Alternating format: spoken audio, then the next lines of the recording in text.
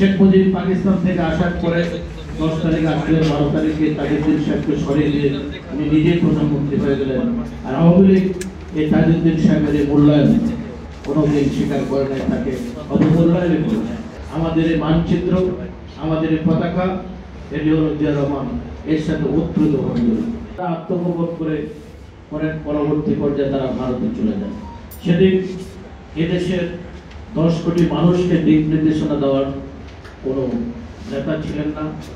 সেদিন 8ম ইস্ট বেঙ্গল রেজিমেন্টের একজন তরুণ মেজর জিয়া রহমান তার ঊর্ধ্বতন কর্মকর্তা পাকিস্তানি কর্নেল জাঞ্জুয়াকে হত্যা করে বিপ্লব ময়দানে দাঁড়িয়ে গ্রামের উপর দাঁড়িয়ে বললেন 25 তারিখ 12টার পর 2টার দিকে ওই রিপোর্ট এমন উনি পাকিস্তানের সাথে বিদ্রোহ ঘোষণা করেন।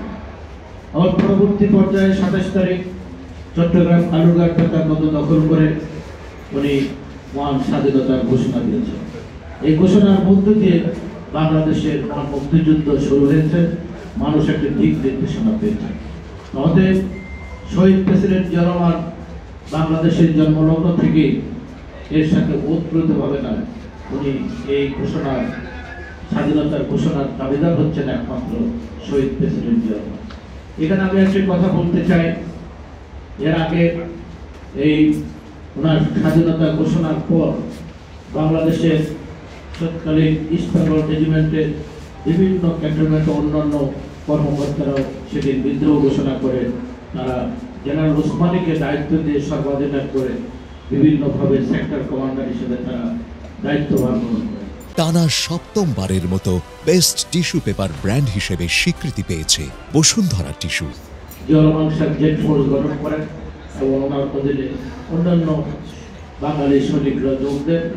তারা তেলিয়াপাড়ায় 8 এপ্রিল একটি মিটিং করেন এই সেনা অফিসাররা। সেখানে তারা জেনারেল ওসমানীকে দায়িত্ব দেন যা তাজউদ্দিন সাহেবকে বলার জন্য যে একটি প্রবাসী সরকার গঠন করার জন্য। তার ধারাবাহিকতায় 10 এপ্রিল প্রবাসী সরকার গঠনের সিদ্ধান্ত হয় এবং 17 এপ্রিল মেহেরপুর আম্রকাননে প্রবাসী সরকার শপথ গ্রহণ করে।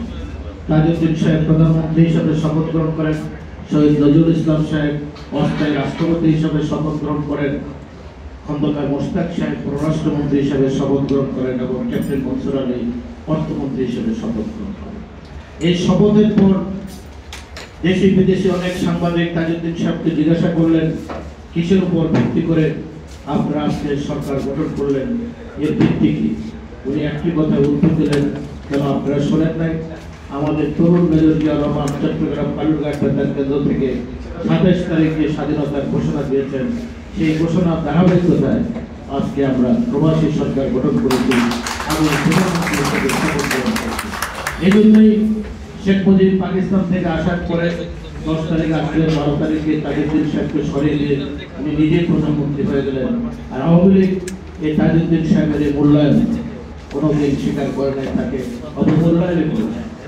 যে কারণে যে ঐতিহাসিক সত্য ঘটনাটি তাজউদ্দিন সাহেব বলেছিলেন, সেই কারণে আমি আজকে বলতে চাই জিয়া রহমান বাংলাদেশ আর জিয়া রহমান উৎপীড়িত হয়ে জড়িত।